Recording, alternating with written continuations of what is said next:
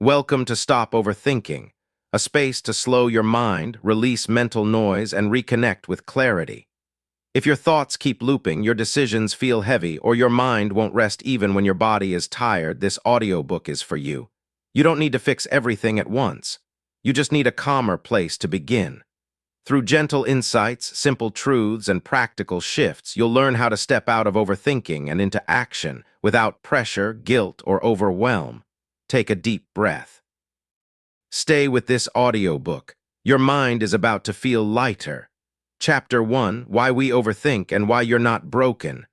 Overthinking often feels like a personal flaw, like something is wrong with you. You might tell yourself, why can't I just stop thinking? Or other people seem so calm. Why am I like this?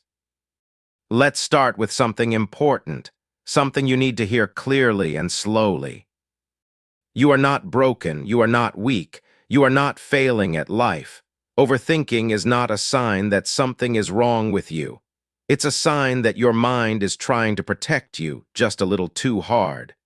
The purpose of the thinking mind. Your brain was designed to think, to analyze, to predict, to imagine future outcomes. Thousands of years ago, this ability kept humans alive. Overthinking danger meant survival. If our ancestors didn't imagine worst-case scenarios, like predators, weather changes, or food shortages, they wouldn't have lived long enough for us to be here today. So when your mind races, replays conversations, or imagines what could go wrong, it's doing what it was built to do. The problem is that your mind thinks. The problem is that it never learned when to stop. In modern life, most of the threats we face aren't physical. They're emotional, social, and psychological. Embarrassment, rejection, failure, uncertainty.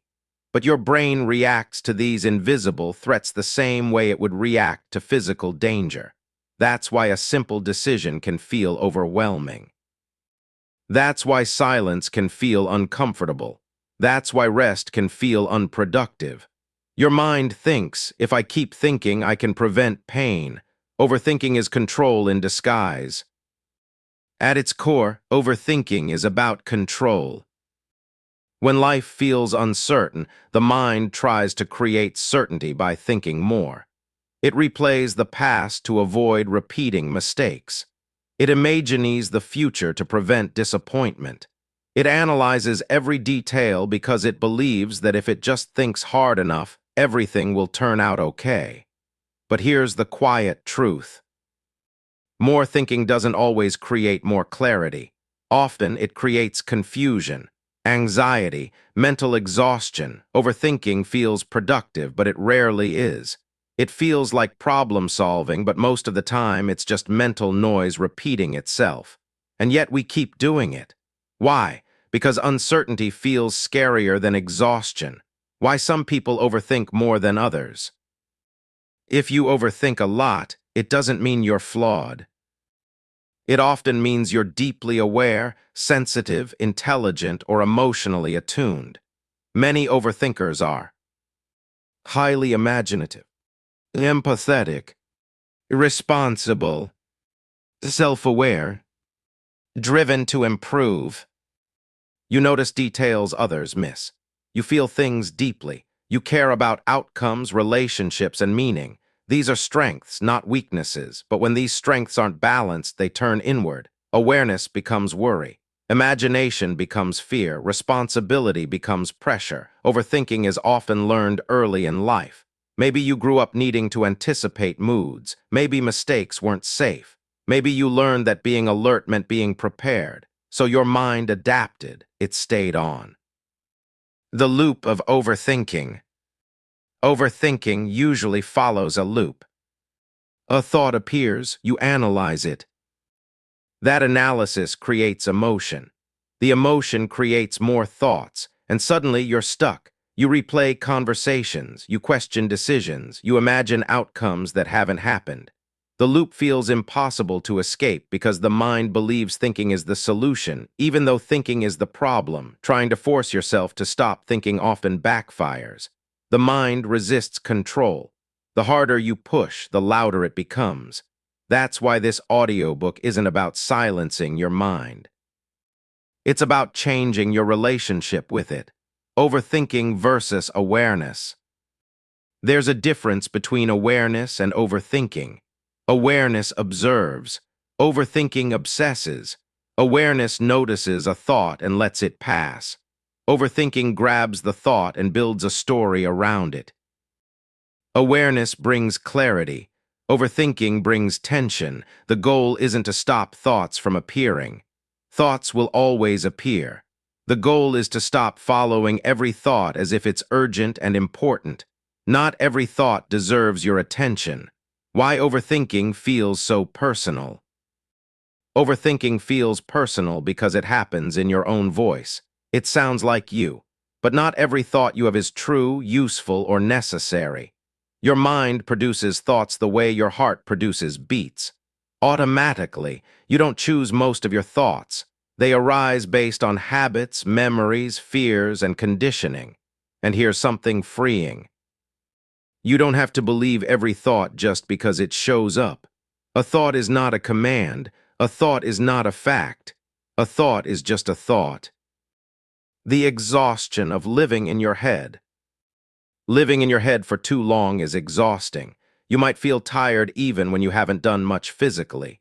You might struggle to relax. You might feel stuck between wanting change and fearing it.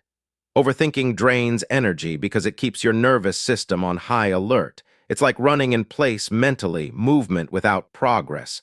This is why calming the mind isn't about laziness. It's about survival. It's about giving your system permission to rest. You don't need to fix yourself. One of the most damaging beliefs overthinkers carry is the idea that they need to be fixed. But you're not broken. Your mind learned patterns that once helped you. They just don't serve you anymore. And anything that was learned can be unlearned. Not through force, not through judgment, but through understanding, a new way forward. Instead of asking, "How do I stop overthinking?" try asking, "Why does my mind feel unsafe?" Instead of fighting thoughts, begin noticing them. Instead of judging yourself, offer curiosity. Change doesn't come from pressure, it comes from awareness. Throughout this audiobook, you'll learn how to slow the thinking loop, create space between you and your thoughts, calm your nervous system, take action without overthinking every step. You don't need to become a different person. You just need to learn how to rest inside your own mind. Closing reflection. As this chapter comes to an end, take a moment to breathe. Notice that you're here, listening, learning, willing to understand yourself rather than criticize yourself. That alone is powerful. Overthinking didn't mean you were weak. It meant you were trying to protect yourself. And now you're learning a gentler way. In the next chapter, we'll explore how the overactive mind works and how to begin calming it without losing your intelligence, creativity, or depth. Stay with this audiobook. Your mind doesn't need more effort. It needs more compassion. Chapter 2, Understanding the Overactive Mind. To calm the mind, we first need to understand it. Most people try to silence their thoughts without ever learning how their mind actually works. That's like trying to fix a machine without knowing what the parts do. When the mind feels loud, restless, or impossible to slow down, it's not because it's broken. It's because it's doing exactly what it learned to do. An overactive mind is not a bad mind. It's an alert mind, a trained mind, a protective mind. Understanding this changes everything. What does overactive really mean? An overactive mind doesn't mean you think more than others. It means your thoughts don't disengage. The mind jumps from one idea to the next. It scans for problems. It revisits the past and rushes into the future. It stays busy even when there's nothing to solve. You might notice this when your thoughts start racing at night. Silence feels uncomfortable. You replay conversations again and again. Small decisions feel overwhelming. You struggle to stay present. The mind is active not because it wants to hurt you, but because it believes constant thinking equals safety. The brain's job, keep you safe. Your brain has one main job, survival. It doesn't care if you're happy. It doesn't care if you're calm. It cares if you're safe. To the brain, uncertainty equals danger. And when it senses uncertainty, it responds by thinking more. Thinking becomes a defense mechanism. What if this goes wrong? What if I make the wrong choice? What if I get hurt again? These questions aren't signs of weakness. They're signs of a brain that learned to stay alert. But here's the problem. The brain can't tell the difference between real danger and imagined danger. A memory, a thought, a possibility, they all trigger the same stress response. The nervous system and the busy mind. An overactive mind is often a sign of a dysregulated nervous system. When your nervous system is stuck in alert mode, the mind follows. Your body prepares for action even when there's no immediate threat. This can feel like tightness in the chest, shallow breathing, restlessness, difficulty relaxing, mental fatigue. The mind and body are always communicating. If the body doesn't feel safe, the mind won't slow down. That's why calming the mind isn't just about thinking differently. It's about helping the body feel safe again. Why the mind gets stuck in loops. The mind loves patterns. When a thought creates anxiety, the brain remembers it as important. So it brings it back again, and again, and again. This creates mental loops. Replaying a mistake. Imagining worst-case scenarios. Questioning your worth. Overanalyzing choices. The brain thinks, if I keep this thought active, I won't forget the lesson. But instead of learning, you get stuck. The loop doesn't solve anything. It just keeps your nervous system activated. The illusion of productivity. One of the hardest things about an overactive mind is that it feels productive. You might think, I'm preparing. I'm being responsible. I'm just thinking things through. But preparation has an end point. Overthinking does not. Overthinking keeps going because it never reaches certainty. And certainty is something the mind is constantly chasing, but rarely finds. This is why you can think for hours and still feel unsure. Your mind is not your enemy. Many people develop an adversarial relationship with their mind. They try to fight it, control it, shut it up. But fighting the mind creates more tension. The mind resists force. The more you tell it to stop, the louder it gets. The shift happens when you stop seeing your mind as the problem and start seeing it as misguided protection. Your mind is trying to help. It just doesn't know when to rest. Thoughts are not you. One of the most freeing realizations is this. You are not your thoughts. Thoughts appear automatically. They are shaped by past experiences, beliefs, fears, and habits. You don't consciously choose most of them, yet many people assume that because a thought appears, it must be true or important. It's not. A thought is simply a mental event, like a cloud passing through the sky. You don't chase every cloud. You don't argue with the sky. You just notice. Learning to observe thoughts instead of following them is the beginning of calm. Why the overactive mind feels so loud at night. Many people notice their overthinking gets worse at night. This happens because distractions fade. The mind finally has space to speak, and when it hasn't been heard during the day, it speaks loudly. Nighttime overthinking isn't a sign you're doing something wrong. It's often a sign you've been pushing through the day without processing your inner world. The mind waits for quiet, and then it unloads everything.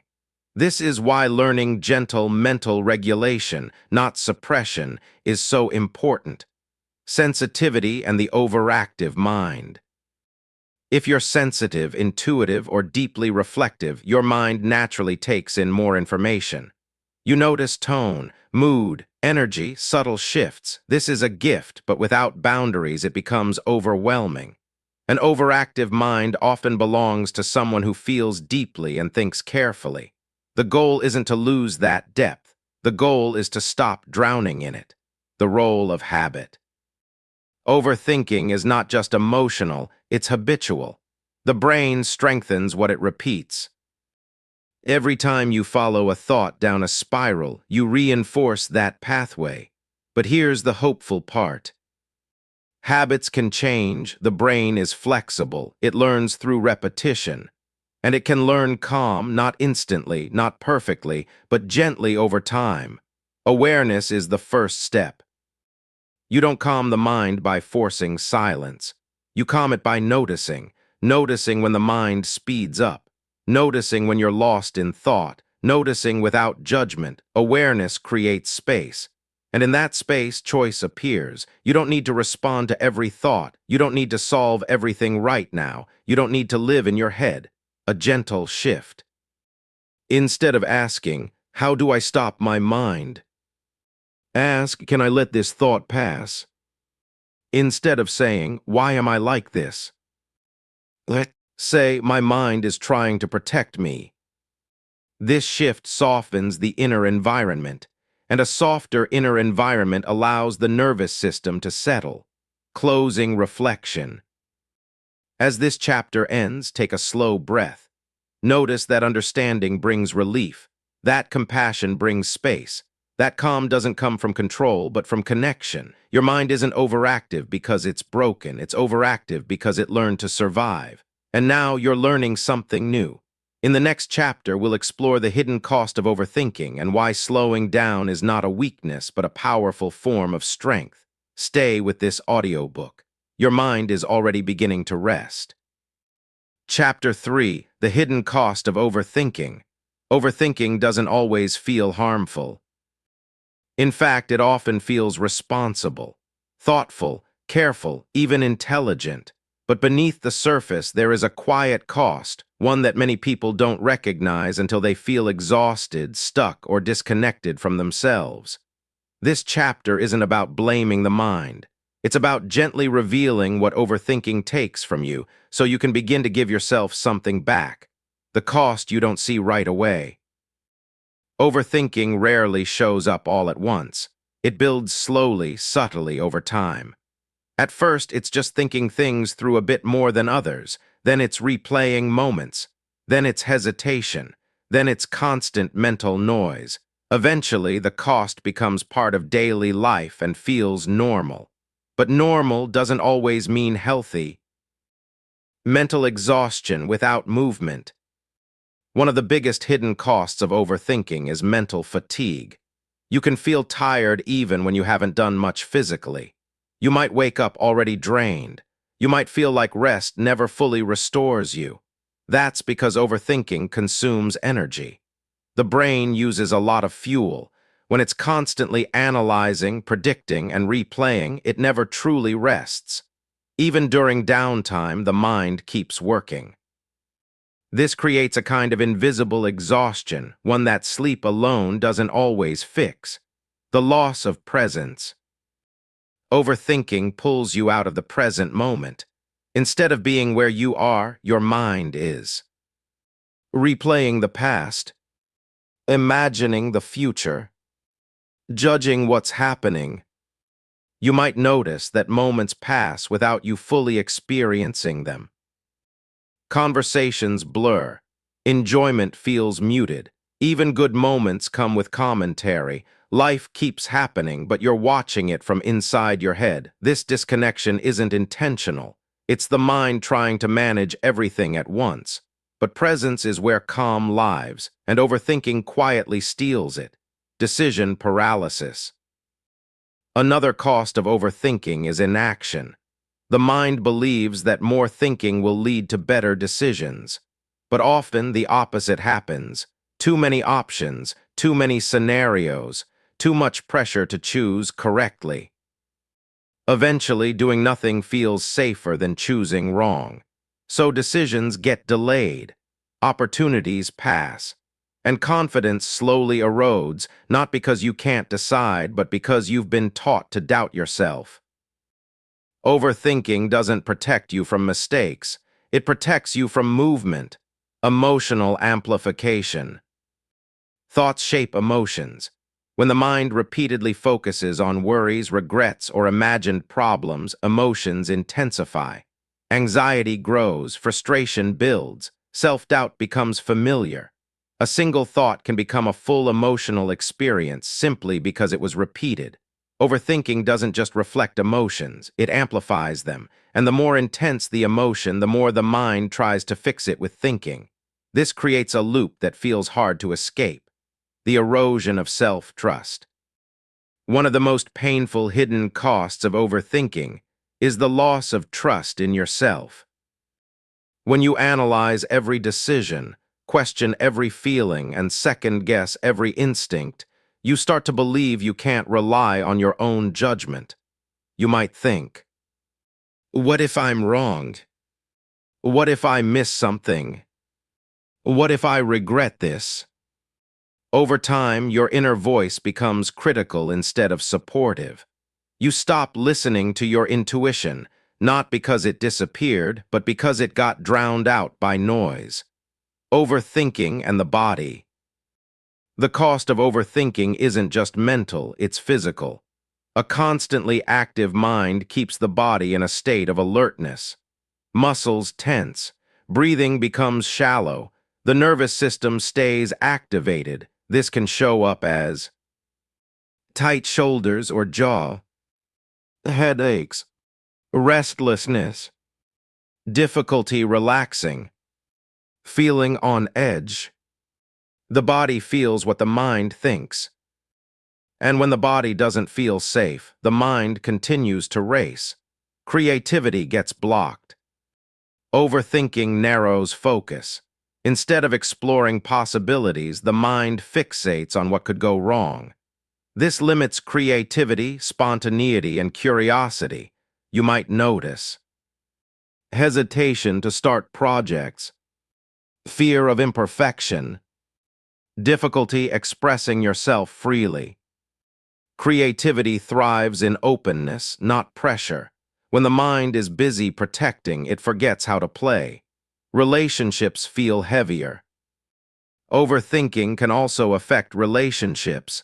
You might overanalyze conversations, worry about how you're perceived, replay interactions, struggle to be fully present. This creates distance, not because you don't care, but because you care deeply. Overthinking turns connection into performance. And that's exhausting for everyone involved. The illusion of control. One of the greatest costs of overthinking is believing it gives you control.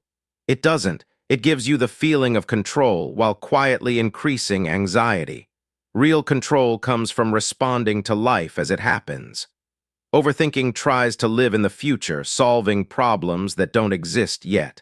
And life doesn't happen in the future. It happens now. Missed joy. Perhaps the most heartbreaking cost of overthinking is missed joy. Moments that could be light become heavy.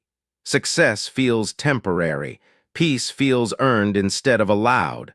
Overthinking convinces you that joy must be justified, analyzed, or postponed. But joy doesn't wait for perfection. It waits for presence. Why this cost goes unnoticed. The cost of overthinking often goes unnoticed because it feels familiar. You've lived this way for so long that it feels like who you are. You might believe that calm belongs to other people, not you. But that's not true. Calm isn't a personality trait. It's a nervous system state, and it can be learned. Awareness without judgment.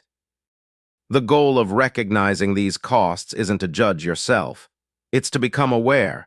Awareness creates choice. Choice creates change. You don't need to eliminate overthinking. You need to interrupt the pattern. Gently, patiently, consistently. A new perspective. Instead of asking, why do I overthink?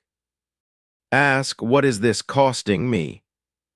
Not with blame, but with honesty. What could your life feel like with a little more space? A little more trust? A little less noise, closing reflection. As this chapter ends, take a slow breath. Notice what resonates. Notice what feels familiar. Notice without trying to fix anything yet. Understanding the cost of overthinking isn't about regret. It's about possibility. Because when you see what overthinking takes from you, you can begin to choose something different.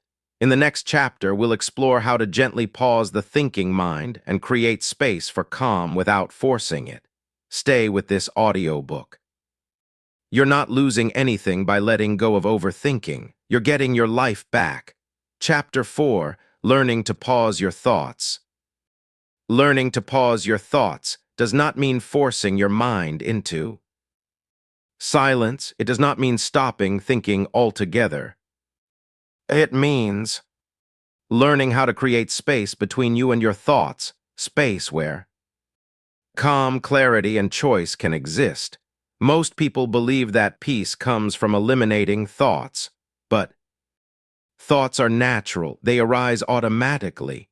The real skill is learning when to engage with them and when to let them pass. This chapter is about that skill, the difference between stopping and pausing. Trying to stop thoughts is exhausting. The mind resists force. When you demand silence, it often responds by becoming louder. Pausing, on the other hand, is gentle. It is an invitation, not a command. A pause is a moment of awareness. A pause is a breath. A pause is noticing without reacting. You don't shut the door on your thoughts. You simply stop chasing them. Why pausing feels difficult at first. If your mind has been overactive for a long time, pausing may feel uncomfortable, even unsafe. That's because your mind is used to constant engagement. Stillness can feel unfamiliar. You might notice restlessness, impatience, an urge to think, or a feeling that you should be doing something. This doesn't mean pausing isn't working. It means your nervous system is learning something new. Stillness is not the absence of activity. It is the presence of awareness, the power of the breath. The breath is the easiest and most effective way to pause your thoughts. You don't need to change it. You don't need to control it. You only need to notice it. When attention moves to the breath, the mind naturally slows down. Try this now. Inhale slowly. Exhale gently. Notice the space at the end of the exhale. That space is a pause, creating micro-pauses throughout the day. Pausing doesn't require long meditation sessions. The most powerful pauses are short and frequent, before responding to a message, before making a decision, speaking, before reacting.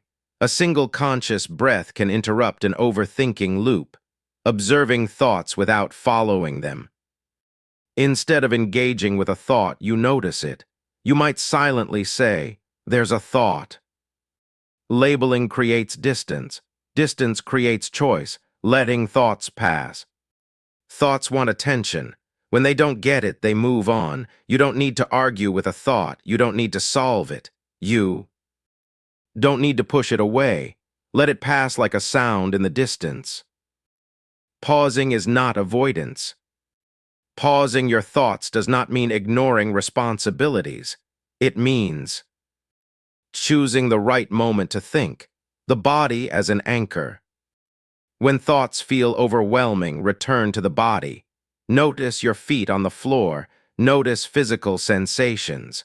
The body exists in the present moment, training the mind through repetition. Pausing is a skill. Skills develop through repetition, not perfection. Gentleness is essential. Approach this practice with kindness, pausing and action. Pausing does not make you passive. It makes you intentional. A simple daily practice. Set aside 1 minute each day. Notice your breath. Gently return when the mind wanders. Closing reflection. You don't need to control your mind. You only need to pause. In that pause, you will find calm. Chapter 5, Letting Go of the Need for Control. The need for control often feels like strength. It feels responsible. It feels smart. It feels like you are staying ahead of life. But beneath that effort, there is usually exhaustion. Letting go of control is not about giving up. It is not about becoming careless or passive. It is about releasing the belief that you must manage every detail of life in order to be safe, successful, or at peace. Control is not the same as stability. And certainty is not the same as security. This chapter is about understanding why the need for control develops, what it quietly costs you, and how learning to loosen your grip can bring relief without chaos. Why we cling to control. The need for control usually begins as protection. At some point in your life, uncertainty may have felt unsafe. Maybe mistakes had consequences. Maybe unpredictability led to disappointment, embarrassment, or emotional pain. So your mind learned a strategy: stay alert, stay prepared, stay in charge. Control became a way to reduce risk. If I think enough, I won't fail. If I plan enough, I won't be surprised. If I manage everything, I won't get hurt. These beliefs are understandable. They are not flaws. They are adaptations. But what once protected you can later imprison you. Control and the illusion of safety. Control promises safety, but it rarely delivers peace. The mind believes that if it can predict outcomes, it can avoid pain. But life is not predictable. People change. Circumstances shift. Unexpected events occur without warning. So the mind works harder. It plans more. It worries more. It rehearses more. Instead of creating safety, this effort creates tension. True safety doesn't come from knowing what will happen. It comes from trusting that you can handle what does happen. The difference between control and responsibility. One of the biggest misunderstandings is confusing control with responsibility. Responsibility is healthy. Control is rigid. Responsibility means doing what you reasonably can. Control means believing you must guarantee the outcome. You can prepare without obsessing. You can plan without clinging. You can act without needing certainty. Letting go of control does not mean abandoning responsibility. It means releasing the unrealistic burden of managing everything beyond your influence. What the need for control costs you. The cost of control is often subtle but deep. It costs you rest because your mind never fully relaxes. It costs you joy because you're always preparing for what could go wrong. It costs you creativity because spontaneity feels risky. It costs you connection because control can turn relationships into performances. Most of all, it costs you trust in yourself. When you believe everything must be controlled, you imply that you can't adapt, cope, or recover without perfect conditions. But you can, you always have. Why letting go feels so hard? Letting go of control feels frightening because it brings you face to face with uncertainty. And uncertainty triggers the nervous system. The mind asks, what if I fail? What if I regret this? What if I lose something important? These questions don't mean letting go is dangerous. They mean your system is learning a new way of relating to life. Letting go is not a single decision. It is a practice. A gradual loosening, a series of small releases, control as a habit. The need for control is not a personality trait. It is a habit. The brain strengthens whatever it repeats. If you've spent years anticipating, managing, and rehearsing outcomes, those pathways become automatic. But habits can change, not through force, not through self-criticism, but through awareness and repetition. Each time you notice the urge to control and choose a softer response, you weaken the old habit and strengthen a new one. Learning to tolerate uncertainty.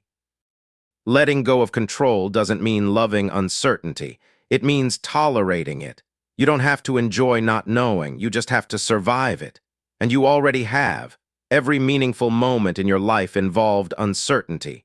Relationships, opportunities, growth, change. Certainty never created growth. Uncertainty did. The practice of good enough.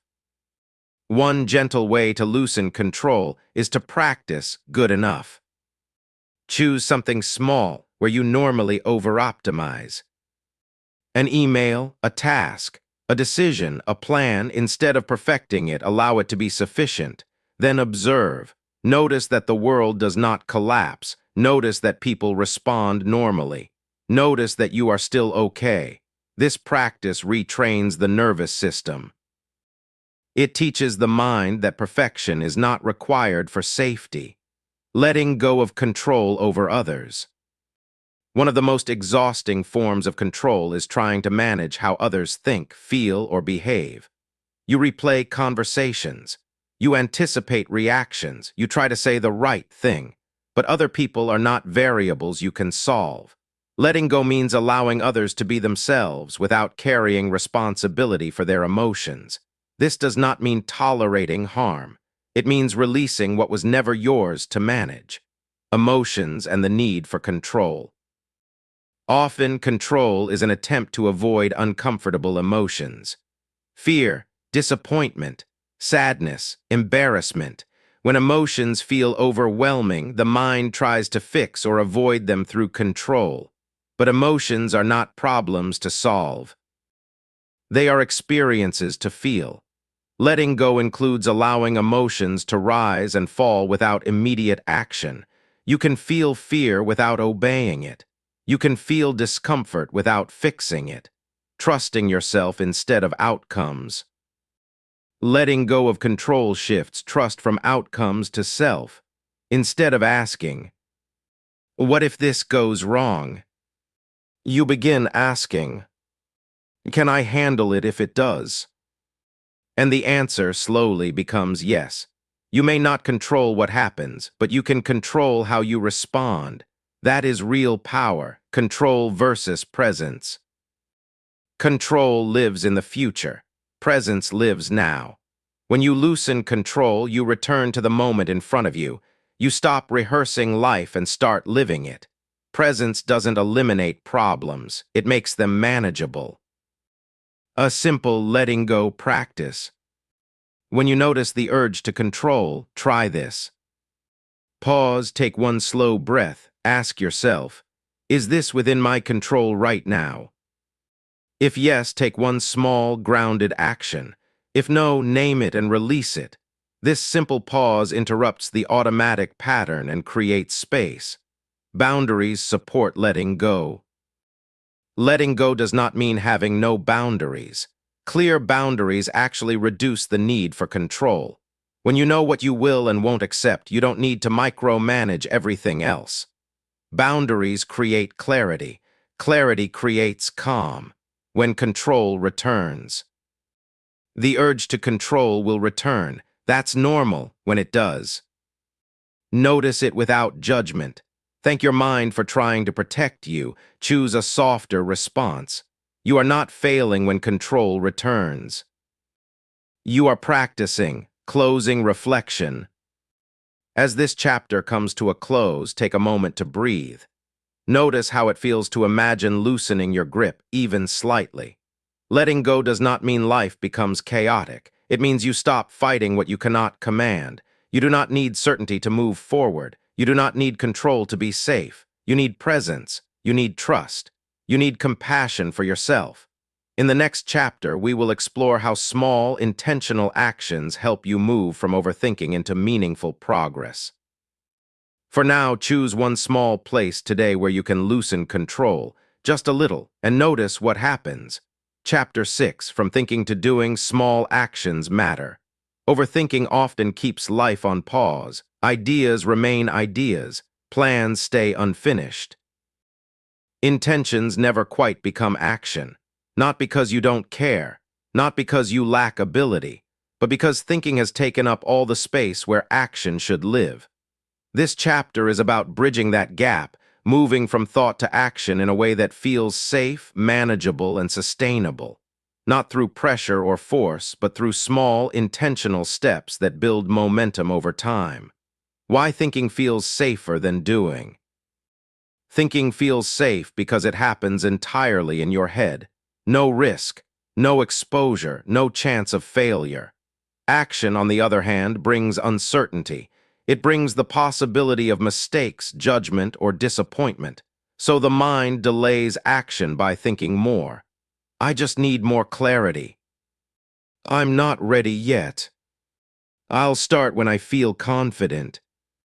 But confidence does not come before action. It comes from action. The trap of waiting to feel ready.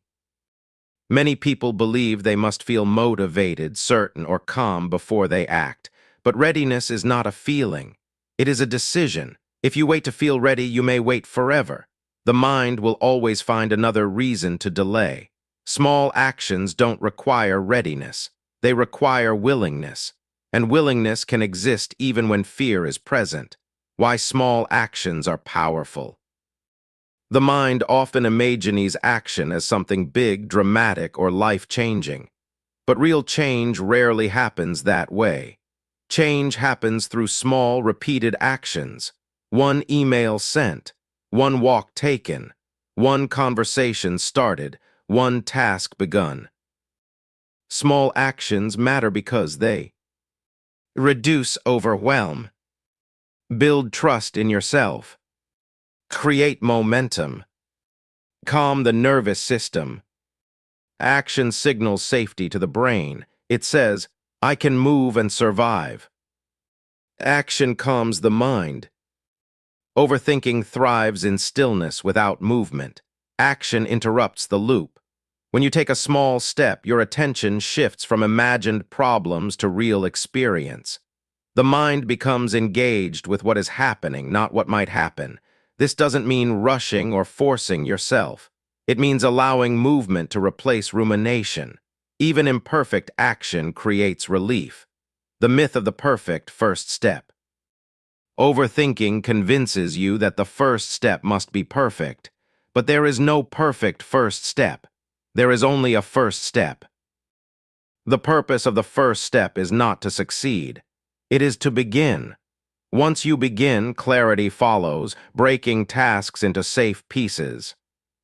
When action feels overwhelming, it's often because the mind is seeing the whole journey instead of the next step.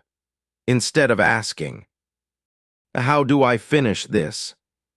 Ask, what is the smallest possible action I can take right now? Small enough to feel safe, small enough to feel doable, even a few minutes count, releasing outcome-based action. Overthinking ties action to outcome. What if this doesn't work? What if I fail? What if it's not enough? Small actions shift focus from outcome to process.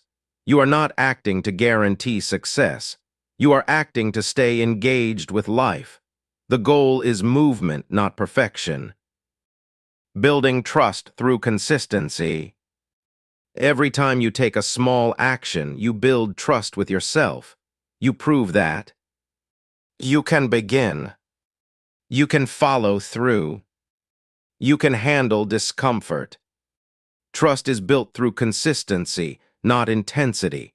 Small actions done regularly are more powerful than big actions done rarely. Action and self-compassion. Action does not require harsh discipline. In fact, self-compassion supports action more effectively than self-criticism.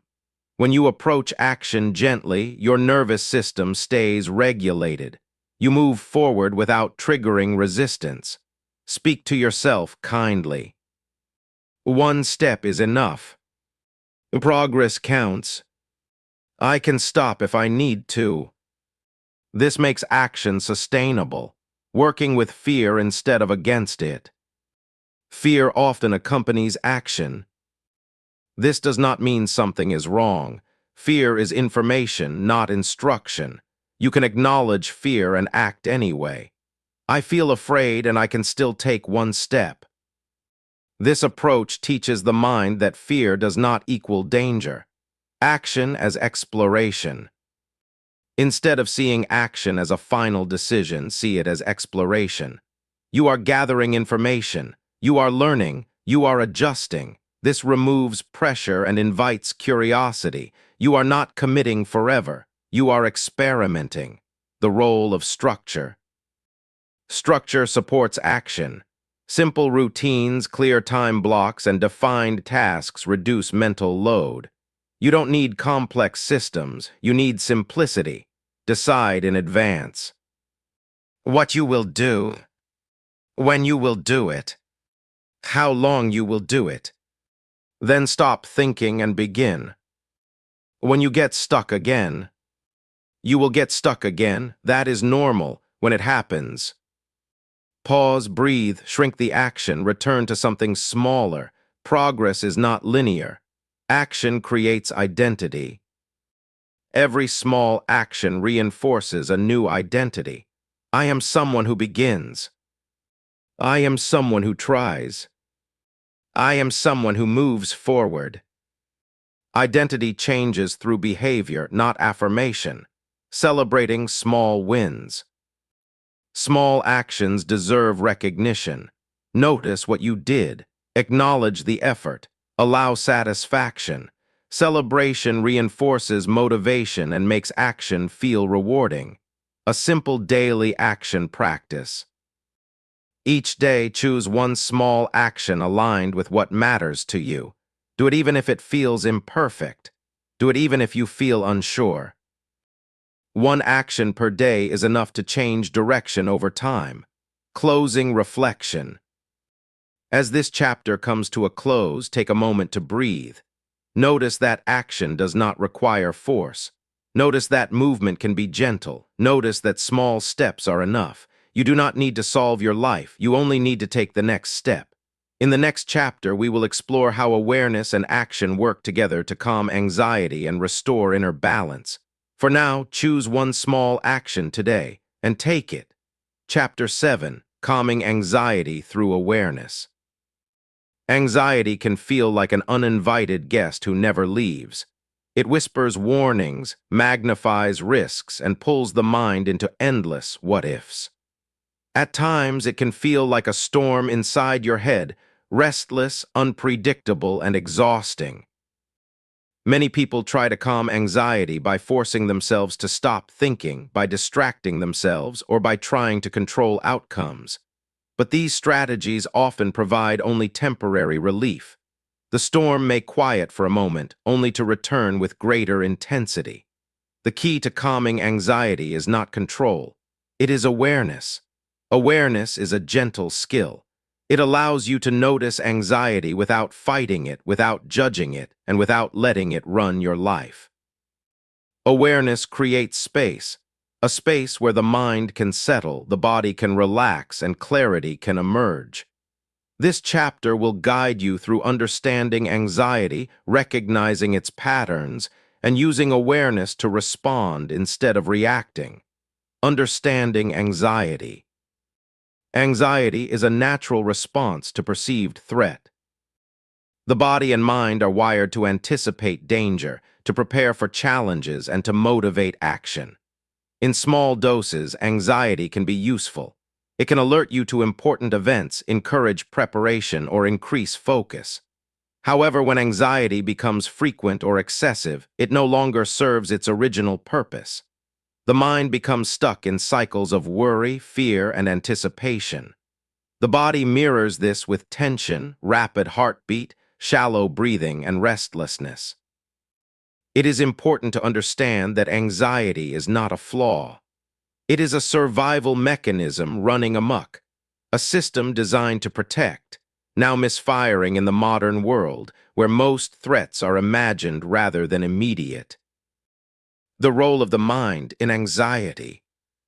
The mind has a tendency to project into the future, replay the past, and dwell on uncertainties.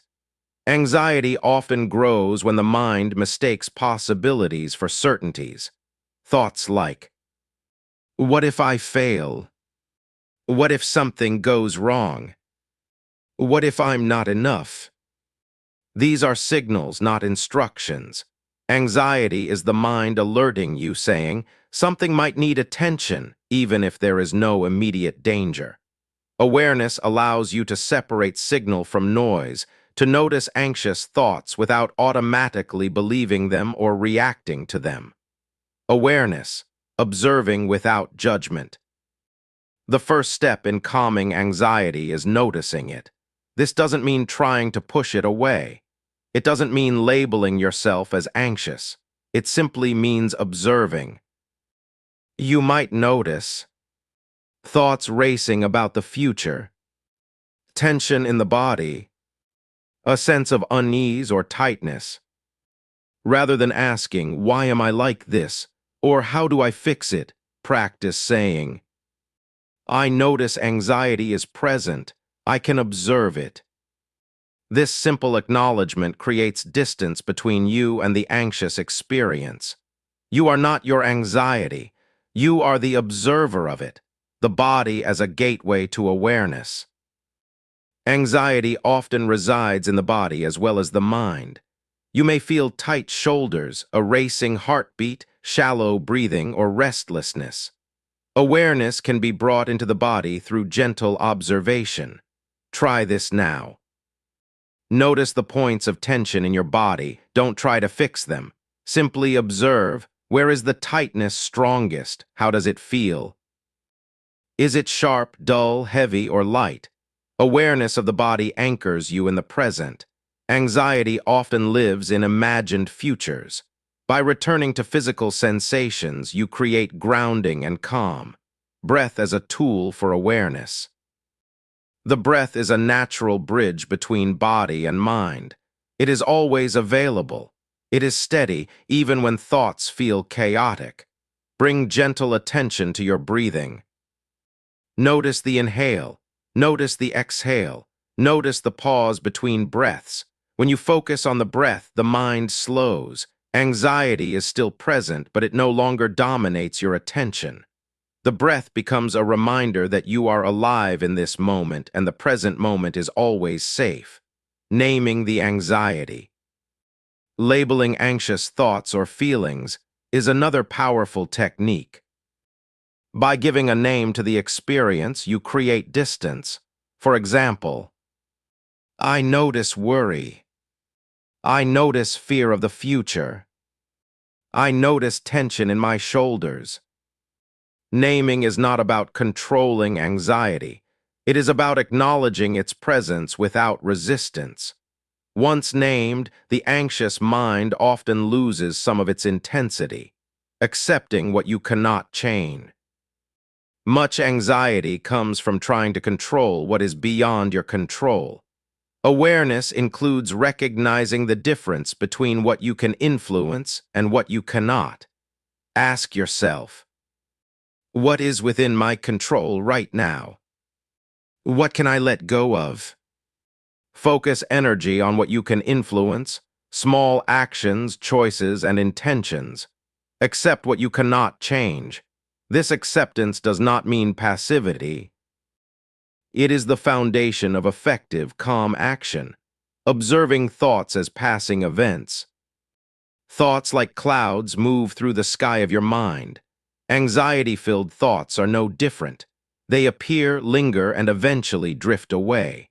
Practice observing thoughts as temporary events. Acknowledge, here is a thought about fear. Notice its arrival and departure. Do not chase it. Do not argue with it. Over time, this observation reduces the power thoughts have over your emotional state. Awareness teaches the mind that thoughts are not commands, they are experiences. Using micro-pauses to reset. When anxiety rises, you can use micro-pauses to return to awareness. Stop what you are doing. Take 3 slow, deep breaths. Notice sensations in your body. Label the anxious feeling without judgment. Return to the task at hand or remain in calm observation. These pauses are brief but powerful. They interrupt automatic anxious patterns and create choice instead of reaction. Mindfulness in everyday life. Awareness is not limited to meditation. It can be applied throughout daily life. Walking, notice the sensation of your feet on the ground. Eating, notice taste, texture, and smell. Conversations, notice thoughts without judgment, then listen fully. Each moment of mindful awareness strengthens your ability to stay present and reduces anxiety over time. Compassionate observation. Awareness works best when paired with self-compassion. Anxiety is not your fault. It is not a weakness. It is a learned pattern that your mind uses to try to keep you safe. When anxious thoughts arise, treat them gently. This is understandable. I can observe it without judgment. Compassion softens tension in both mind and body. It creates a safe space for anxiety to exist and pass. Gradual exposure through awareness. Sometimes anxiety grows because you avoid the very situations that trigger it. Awareness allows for gradual exposure. Notice fear or discomfort in the present moment. Stay with it for a few breaths. Recognize that you can tolerate the sensation without acting impulsively. Repeated practice builds tolerance, reduces avoidance, and diminishes the intensity of future anxiety. Awareness without fixing. One of the most important lessons in calming anxiety is this: you do not need to fix it. Trying to solve every anxious thought often increases tension. Awareness invites observation without solution. Notice, breathe, label, accept, repeat. This sequence may feel simple, even slow, but over time it allows the nervous system to settle and anxiety to lessen naturally. Integrating awareness with action. Awareness and action can work together. Once you have observed anxious thoughts, you can choose intentional, small steps to move forward. Break tasks into manageable pieces. Take micro-actions even when anxious. Focus on what is within your control.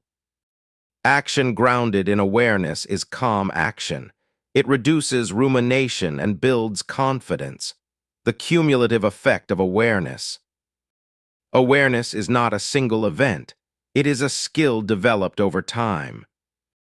Each moment of observing anxiety, noticing the body, labeling thoughts, and returning to the present builds resilience. Over weeks and months, the nervous system learns that anxiety is manageable. The mind learns that thoughts are temporary. The body learns that tension can release. The cumulative effect is lasting calm, clarity, and a stronger connection to the present moment. Closing reflection. As this chapter concludes, take a slow, deep breath. Notice how your body feels. Notice any tension or lightness. Remember, anxiety is not a flaw, it is a messenger. Awareness is the tool that allows you to listen without being controlled by it. Each moment you practice awareness, you reclaim space in your mind. Each breath you take anchors you in safety. Each observation of thought without judgment reminds you that you are larger than any anxious feeling. You do not need to eliminate anxiety completely. You only need to observe it, allow it, and act with clarity. In the next chapter, we will explore how to integrate awareness and small actions to create lasting calm and meaningful progress. For now, notice one anxious thought that arises today. Observe it, breathe, and allow it to pass. You are safe, you are present, and calm is already possible. Chapter 8, Trusting Yourself Again. Trusting yourself is one of the quietest forms of freedom. When self-trust is strong, decisions feel easier, emotions feel steady, and life feels navigable, even in uncertainty. When self-trust is weak, the mind constantly second-guesses, the body tenses, and even simple choices can feel overwhelming. Many people lose trust in themselves without noticing. It creeps in gradually. Questioning your instincts. Replaying past mistakes endlessly.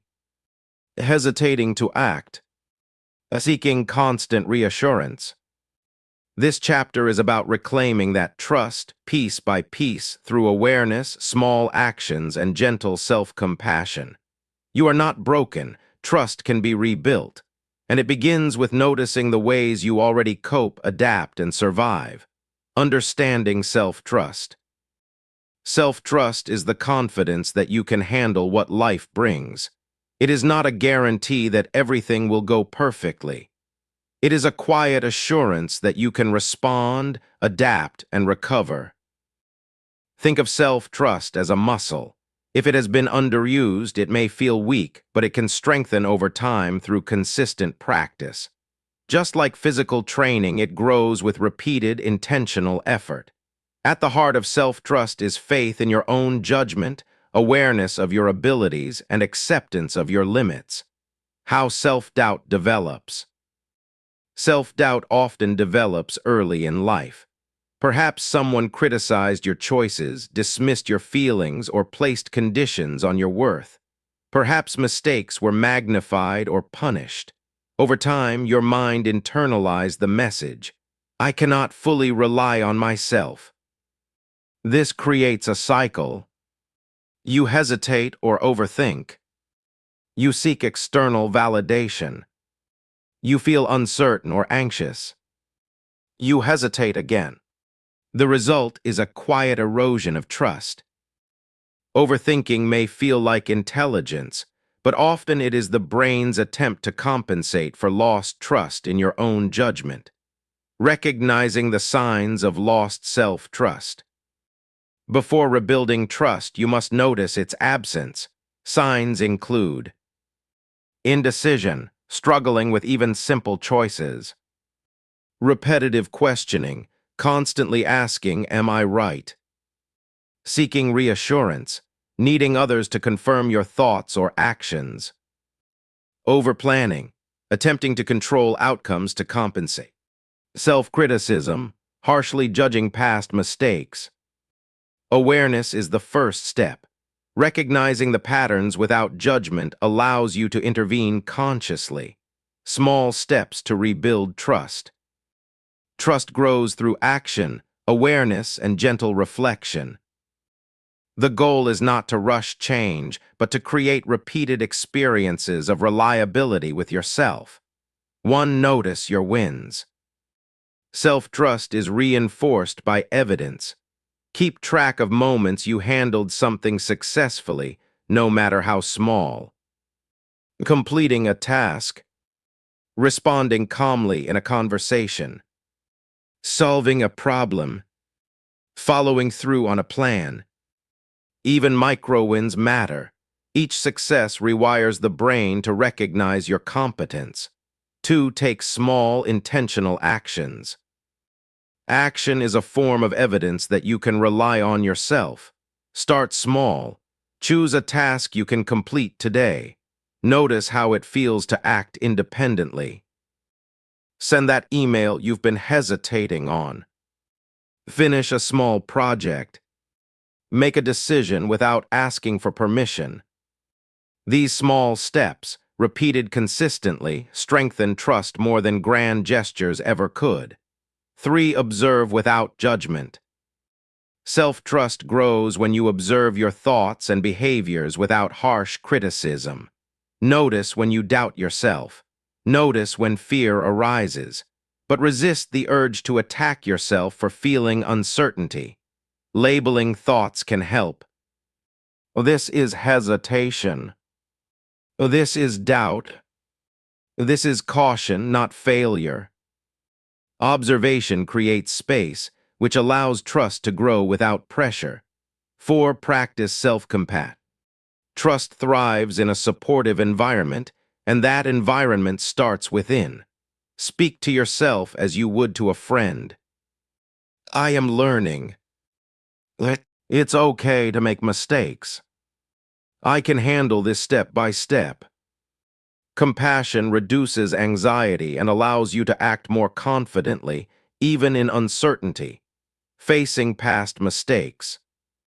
Many people struggle to trust themselves because of past errors. Replaying mistakes can strengthen doubt. To rebuild trust, shift your perspective. See mistakes as learning experiences, not proof of incompetence. Acknowledge that past actions were made with the best knowledge and intentions at the time. Separate your identity from your actions. Mistakes do not define your worth. When you forgive yourself, you create the space for trust to flourish, reconnecting with your intuition.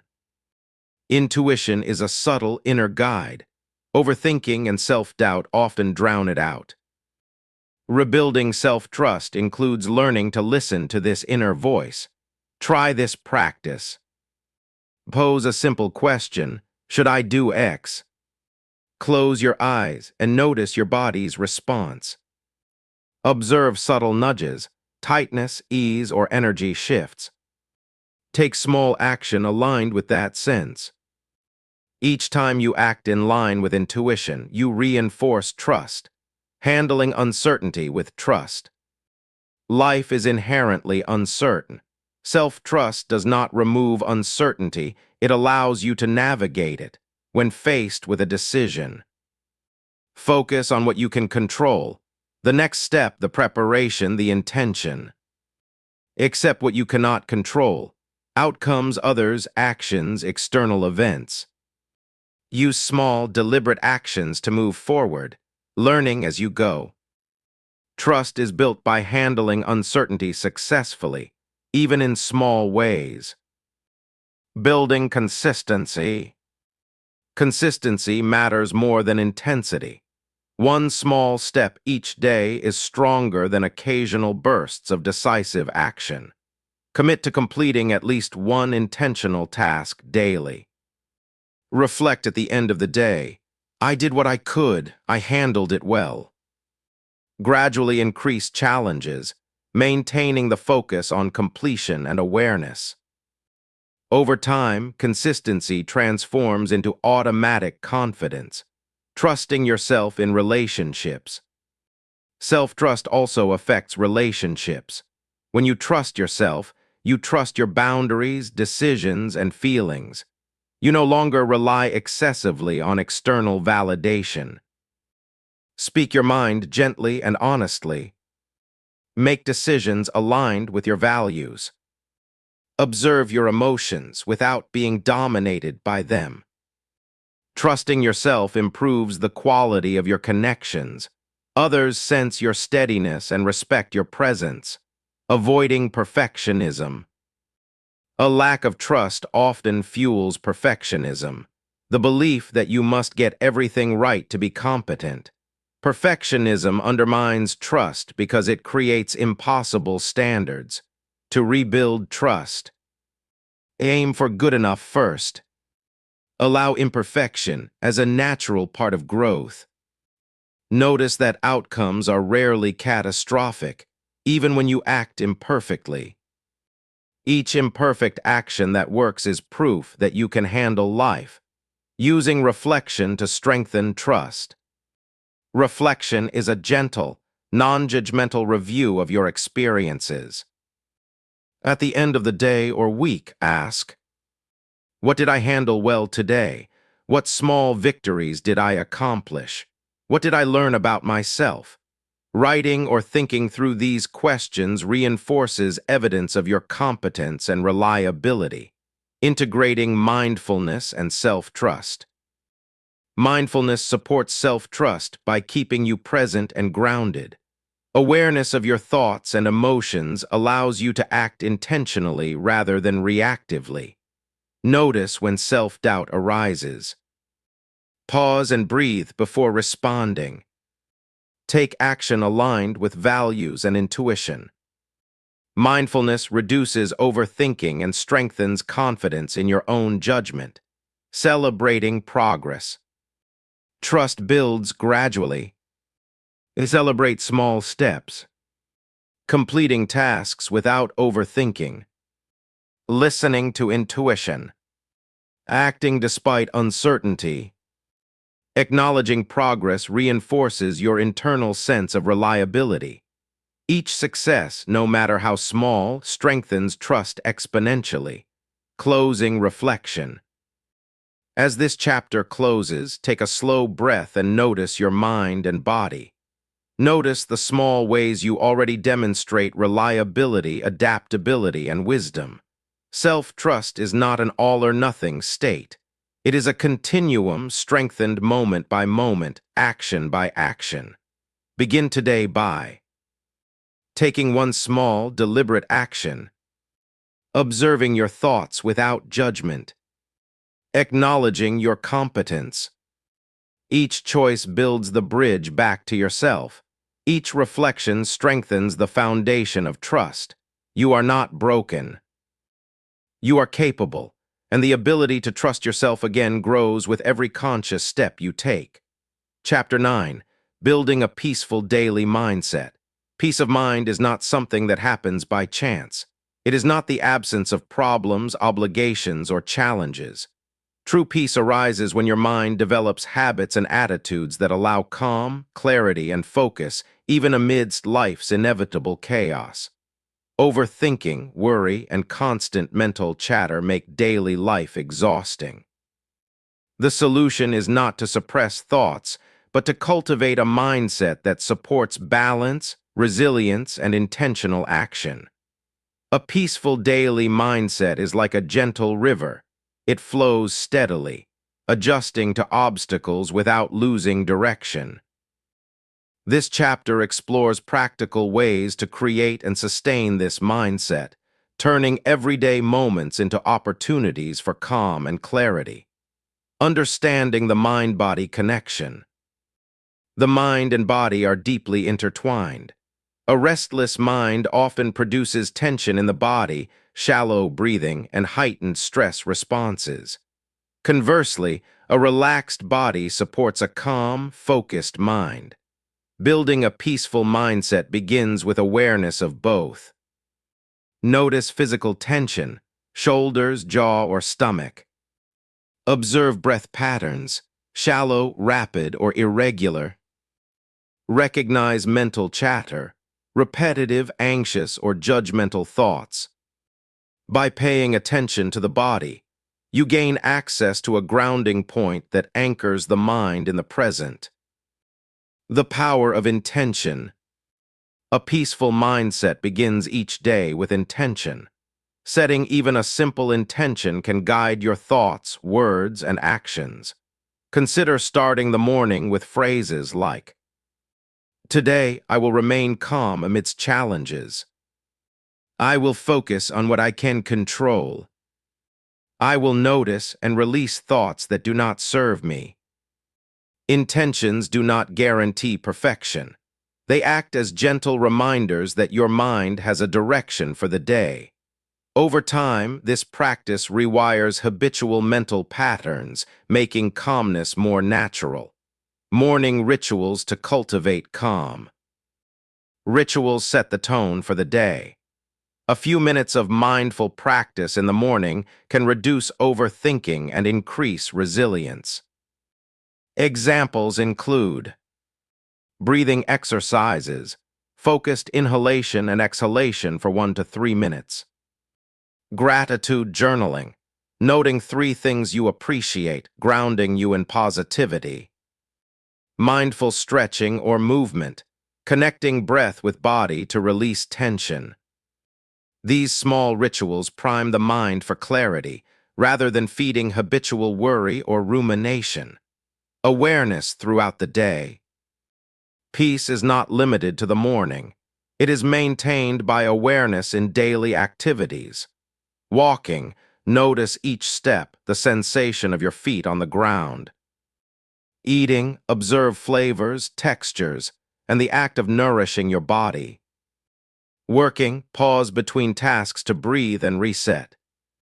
Each moment of mindful awareness interrupts the autopilot of overthinking. It shifts attention from imagined scenarios to actual experience, handling thoughts as they arise. Thoughts are natural and inevitable. They cannot and should not be completely eliminated. The key is learning to observe them without judgment. Techniques include labeling thoughts, planning, worrying, or remembering. Visualizing thoughts as clouds. Notice them drift across the sky of your mind. Not engaging with every thought. Choose which thoughts deserve attention. When you step back from automatic reactions, your mind becomes a calm observer rather than a storm of worry. Managing emotional triggers. Daily life presents situations that can trigger anxiety, frustration, or sadness. A peaceful mindset does not mean suppressing emotions. It means responding intentionally. Notice the emotion in your body. Pause and breathe before reacting. Ask, is this situation within my control? Respond with awareness, not impulse. This practice reduces reactivity and fosters mental clarity, creating a calm environment. External surroundings influence internal calm. A peaceful mindset is easier to sustain in spaces that support focus and relaxation. Declutter your workspace or living area. Incorporate natural light and plants. Minimize constant noise or digital distractions. Designate quiet times for reflection or meditation. Your environment acts as a subtle support system for your mind, reducing stress and promoting mental clarity. The role of intentional pauses. Throughout the day, intentional pauses are essential for sustaining peace. Before responding to messages or emails, between meetings or tasks, during transitions from one activity to another. Even one conscious breath can reset your nervous system. Pauses allow you to act from awareness rather than habit or pressure, practicing self-compassion. A peaceful mindset flourishes in an atmosphere of self-kindness. Overthinking often comes with harsh self-judgment. Replacing criticism with compassion is essential. Notice when you are judging yourself. Remind yourself that mistakes are natural. Speak gently, I am learning, I am doing my best. Self-compassion reduces internal tension and creates space for thoughtful action. Daily reflection. End each day with a brief reflection. This reinforces a calm mindset and provides perspective. Consider asking yourself, what went well today? How did I respond to challenges? What did I notice about my thoughts and emotions? Reflection allows you to recognize patterns, celebrate small successes, and release unresolved tension, building gratitude into daily life. Gratitude strengthens calm by focusing the mind on what is working rather than what is missing. Begin or end the day noting 3 things you appreciate. Reflect on simple pleasures, warm sunlight, a kind word, or a deep breath. Express gratitude to others, reinforcing positive connections. Gratitude shifts the mind away from rumination and cultivates peace, integrating action with awareness. Peaceful mindset does not mean passivity. Small, intentional actions maintain clarity. Prioritize tasks in manageable steps. Take consistent, gentle action rather than overwhelming bursts. Observe your thoughts and emotions while acting.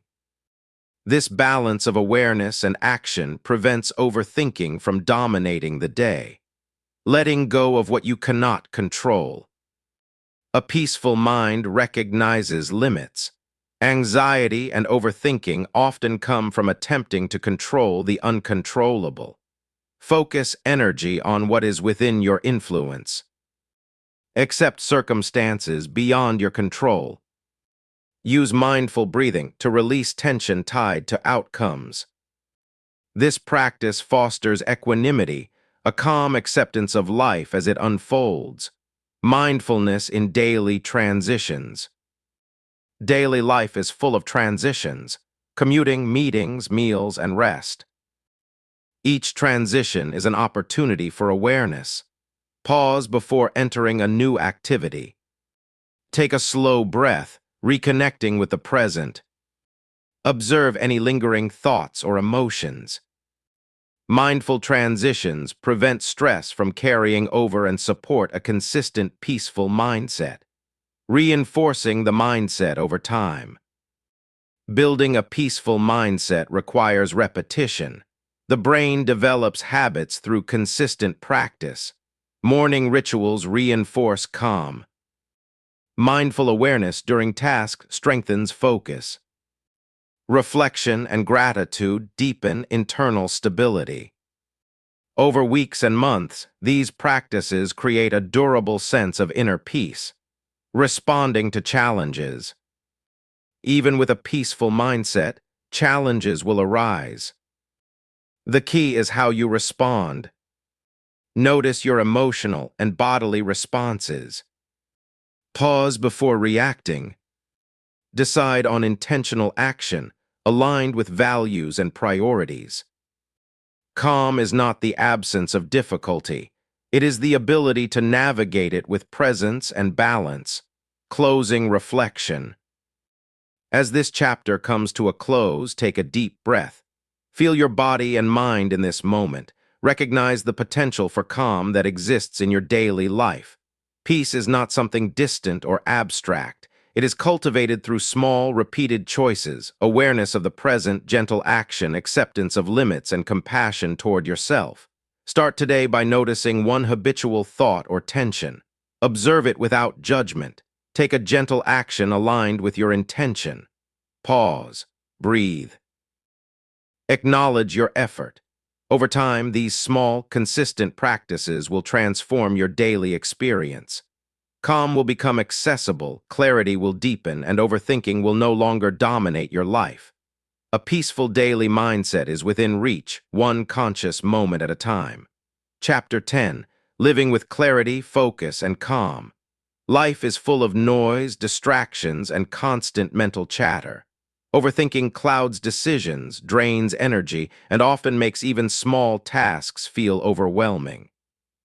The final chapter in this audiobook is about taking everything you've learned, about pausing thoughts, letting go of control, moving from thinking to action, calming anxiety, trusting yourself, and building a peaceful daily mindset, and integrating it into a life of clarity, focus, and calm. Living with clarity, focus, and calm is not about eliminating challenges. It's about responding intentionally, staying grounded and maintaining presence even when uncertainty arises. This chapter will guide you through practices, perspectives, and habits to sustain this state. Understanding clarity, focus, and calm. Clarity is the ability to see situations as they are, without distortion from fear, overthinking, or judgment. It is about recognizing priorities, discerning possibilities, and making decisions from a place of awareness. Focus is the capacity to direct your attention intentionally, without being distracted by irrelevant thoughts or anxieties. It allows you to engage fully with the task at hand, whether that is work, relationships, or self.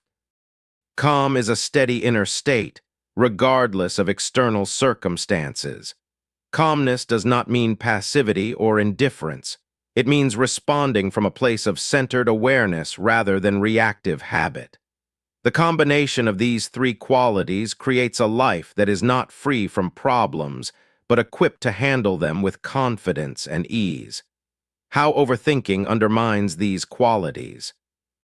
Overthinking clouds clarity by introducing unnecessary what-ifs and hypothetical scenarios. It fragments focus, scattering attention across imagined problems rather than present reality. It disrupts calm by triggering worry, tension, and emotional reactivity. Breaking free from overthinking requires consistent practice in awareness, small action, and self-trust, the skills developed throughout this audiobook. By applying them together, you cultivate the foundation for clarity, focus, and calm, integrating awareness into daily life. Awareness is the cornerstone of clarity. Without noticing your thoughts, emotions, and bodily sensations, the mind drifts automatically into worry and rumination. Begin each day with a brief pause. Notice your breath, body, and mindset. During tasks, check in periodically. Am I present or is my mind wandering? When emotions arise, label them. This is frustration. This is anxiety. Through consistent observation, you build a mental environment that supports clear decision-making and calm responses, creating space for focus. Focus thrives in an environment that reduces distraction and cultivates intention. Prioritize tasks. Identify what truly matters and tackle it first. Time block your day. Assign specific periods for work, rest, and personal practice. Eliminate distractions. Silence unnecessary notifications, tidy your space, and set boundaries. Focus is strengthened by repeated practice. Each moment you redirect attention from distraction back to your task reinforces your ability to stay engaged. Calm through breath and presence. Calm is maintained through intentional grounding. Breath is one of the most accessible tools for creating calm in daily life. Inhale slowly, hold briefly, and exhale fully. Observe physical sensations in your body, especially tension. Return your attention to the present, noticing sights, sounds, and sensations. Even 1 minute of focused breathing interrupts mental turbulence. Daily practice builds resilience, making calm the default state rather than a rare experience. Decision-making with clarity. Clarity allows for deliberate choices rather than reactive responses. Overthinking often delays decisions or magnifies perceived risk.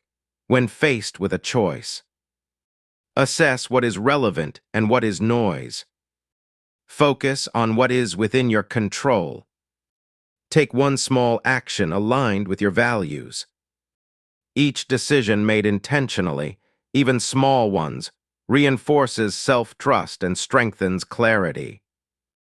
Over time, decision-making becomes more fluid and confident, managing external chaos. Life will always present challenges, interruptions, and unpredictability. Clarity, focus, and calm are not about controlling the external world. They are about controlling your response. Notice what is happening objectively.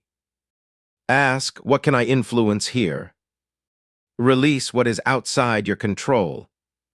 Act with intention on what matters most. This perspective shifts energy from futile control attempts to effective, conscious action.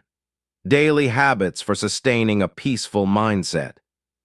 Clarity, focus, and calm are cultivated through daily practice. Habits matter more than rare bursts of effort. Consider integrating morning awareness rituals, meditation, breathwork, or journaling to set intention.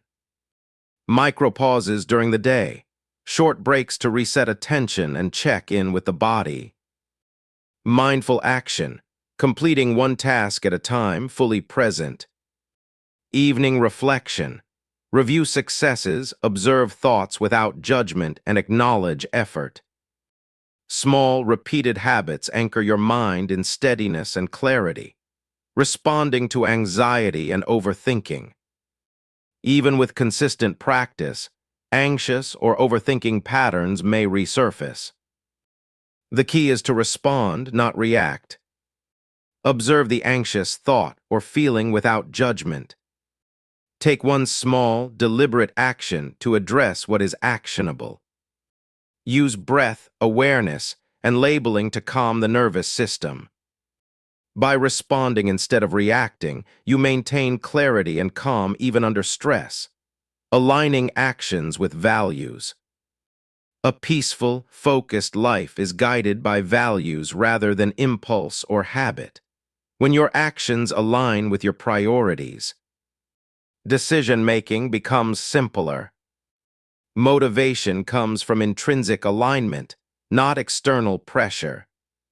Mental clutter is reduced. Regular reflection on your values ensures that clarity and focus are applied to what truly matters. Letting go of perfectionism. Perfectionism erodes clarity and calm. When the mind demands flawless outcomes, every decision feels urgent and every action feels risky. Aim for good enough rather than perfect. Accept that mistakes are learning opportunities. Practice reflection without self-criticism. This approach strengthens resilience and frees mental energy for meaningful action, integrating action with awareness. The final step in living with clarity, focus, and calm is integrating awareness with action. Observe thoughts and emotions. Decide intentionally on the next step. Take action aligned with values. Reflect and adjust as needed. This creates a feedback loop. Awareness informs action, action builds confidence, and confidence reinforces calm and clarity. Cultivating gratitude and perspective. Gratitude shifts the mind away from overthinking and toward presence. A daily practice might include listing 3 things you are grateful for each day, reflecting on moments of calm or clarity, acknowledging personal growth and resilience. Perspective reminds you that challenges are temporary and that your mind and body can navigate difficulty with steadiness. Living intentionally. Intentional living is the culmination of all practices discussed in this audiobook. It means pausing before reacting, acting with awareness, trusting yourself, choosing focus and calm over rumination. Living intentionally is not about rigidity or perfection. It is about returning to presence moment by moment, choosing clarity, focus, and calm as your default approach. The long-term benefits. A life built on clarity, focus, and calm is marked by reduced mental fatigue, greater resilience in stress, more meaningful relationships, increased productivity without burnout, enhanced creativity and insight. These benefits compound over time, creating a stable foundation for long-term well-being and fulfillment. Closing reflection. Take a deep breath now and notice the potential for calm within you. Recognize that clarity, focus, and calm are not distant goals. They are cultivated daily, one choice at a time. Begin with small, intentional steps. Observe your thoughts. Take one deliberate action. Pause and breathe. Reflect with compassion. Over time, these practices form habits that anchor your life in steadiness, allowing you to navigate uncertainty with confidence and serenity. You are capable of living with clarity, focus, and calm. You have learned the tools. You have cultivated the skills. And now you can step into a life where overthinking no longer dominates your mind and presence guides your choices.